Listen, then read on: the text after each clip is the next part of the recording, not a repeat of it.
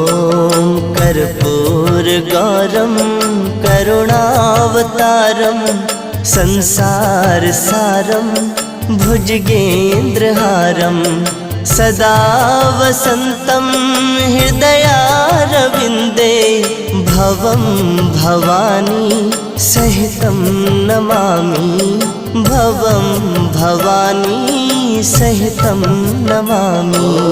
कर्पूरगौरं करुणावतारं संसारसारं